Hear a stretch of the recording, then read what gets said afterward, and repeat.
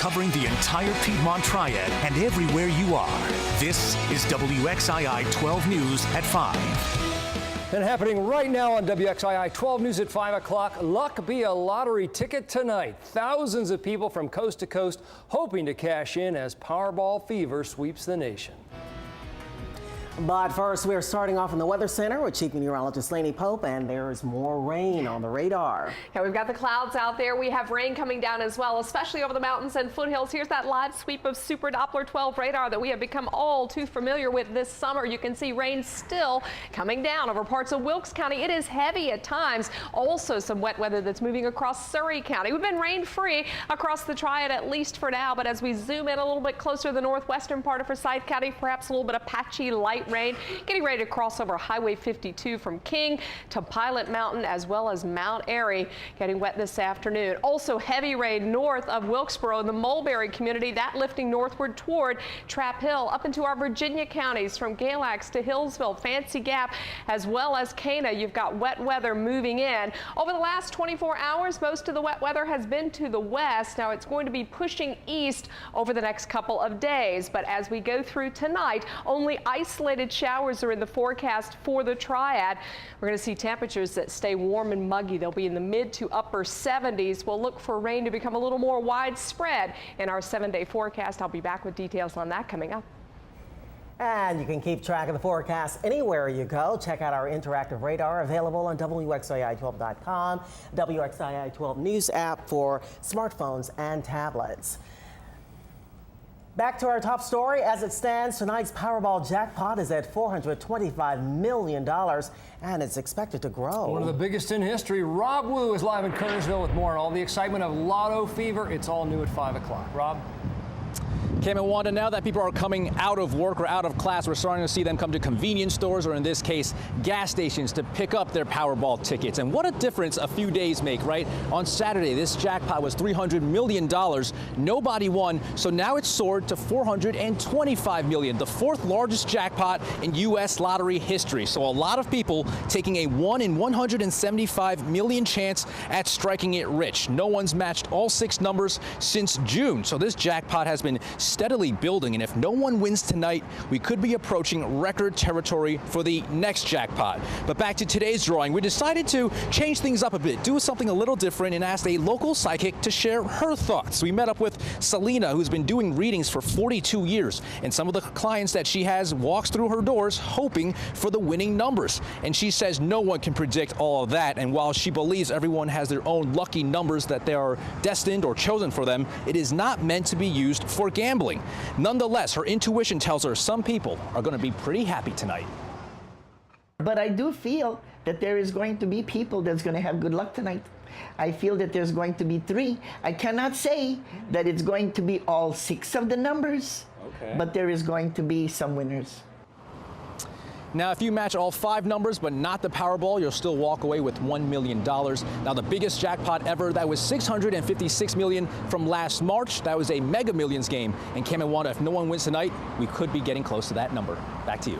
We'll see what happens. Thanks, Rob. And you can count on WXII 12 News to bring you those lucky numbers later tonight at 11 o'clock. Still no sign of a North Carolina girl who hasn't been seen in nearly 2 years and was just reported missing recently. An attorney for 15-year-old Erica Parsons' adoptive parents said that she was a rebellious teen who told them back in 2011 that she was not coming back. The attorney says his clients have cooperated fully with authorities. My clients cooperated entirely with the sheriff's office, and for 2 days underwent extensive questioning by them. But the sheriff's office was asking questions they didn't know the answers to. At this time, no one has been arrested or charged in the case.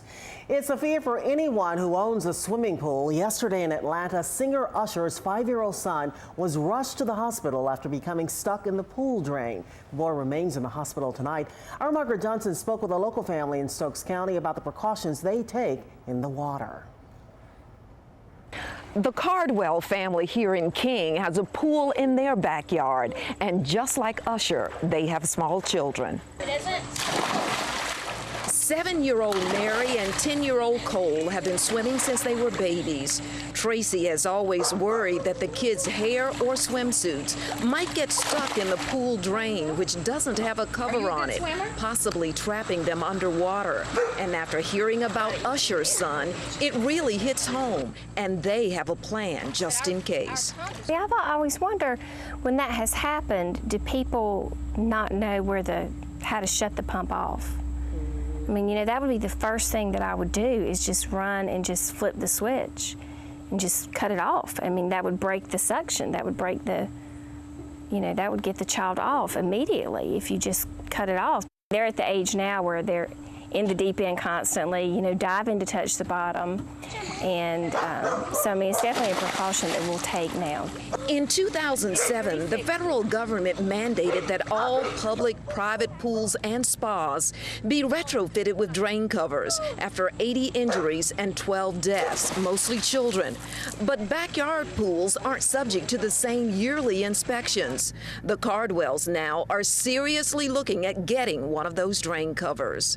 In King, Margaret Johnson, WXII 12 News. Expect to see fewer teacher assistants working in Randolph County schools this coming year. That's according to the Courier-Tribune. There will be a 6% reduction affecting 145 county teacher assistants.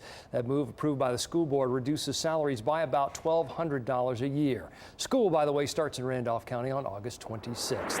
And in Mount Airy, the city school board there has approved a random drug testing policy for students. It applies only to those in 6th through 12th grades, and they have to be participating in extracurricular activities or students who drive to school. And parents can also volunteer their children for program participation. A substitute teacher in Gastonia is facing charges tonight after police say he assaulted a 5-year-old. 26-year-old Christopher Alexander was arrested yesterday. Police say he grabbed the child by the neck and groin. This allegedly happened at Ryan Elementary School back in May.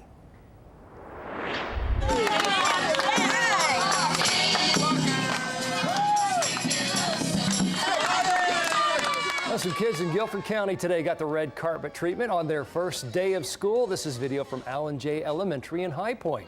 School leaders are hoping this energetic kickoff will give these students the confidence they need to succeed this academic year.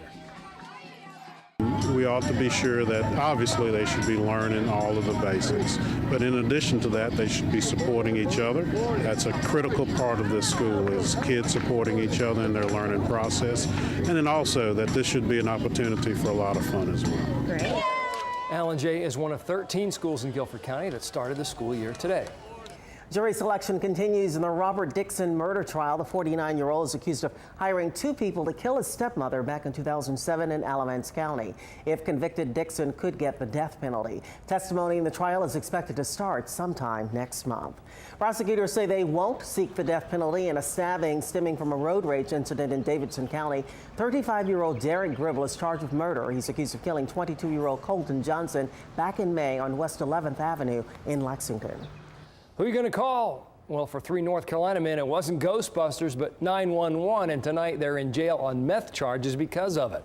39-year-old Sonny Hyatt called 911 to report he was lost in the woods around Goat Farm Road in Caldwell County. Hyatt said that he and 2 friends were there investigating some paranormal activity. Investigators say that after deputies arrived, there was more to the story. They discovered that the trio was high on meth, and a meth lab was in Hyatt's home. 38-year-old Thomas Imler and Eric Schmidt were also charged. 2 people, including a juvenile, are charged tonight in a series of burglaries and break-ins in Eden. 18-year-old Cyrus Lemons and an unidentified juvenile were arrested this week. Eden police say that the pair are connected to several crimes where money, alcohol, cigarettes, and food have all been stolen. These alleged crimes date back to July 19th.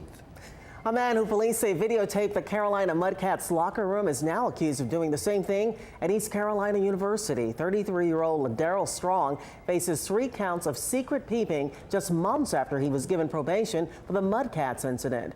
Investigators say the incident at ECU happened between January and June of 2006 in the men's locker room. Strong is a former Lenoir County Schools employee. The Burlington Police Department has started an online crime website that alerts residents of crimes in the area right down to their neighborhood. The site, called Raids Online, also allows police to quickly alert the public about crimes as they occur. The service is free. For a link to the site, just click over to WXII12.com.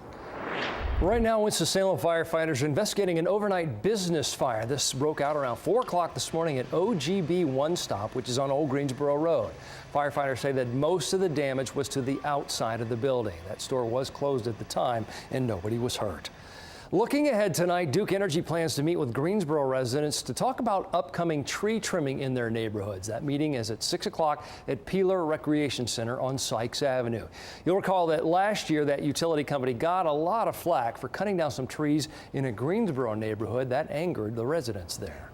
An unusual crash near Fayetteville this morning involving a tractor trailer hauling pigs. It happened around 8:30 this morning on Interstate 95 in Wade, North Carolina. The driver says he swerved to avoid hitting a car going the wrong way, causing his rig to flip onto its side. 185 pigs were in the tractor trailer and some were killed. It is a difficult choice many women with breast cancer have to make. Coming up on WXII 12 News at 5, details on a new study underway here in the Piedmont and how you can participate. Also ahead, summer vacation didn't stop these kids from learning the knowledge they'll be bringing to the classroom. It's Wednesday, and I'll let you know if there's any humps to get over on the road. Traffic when we come back.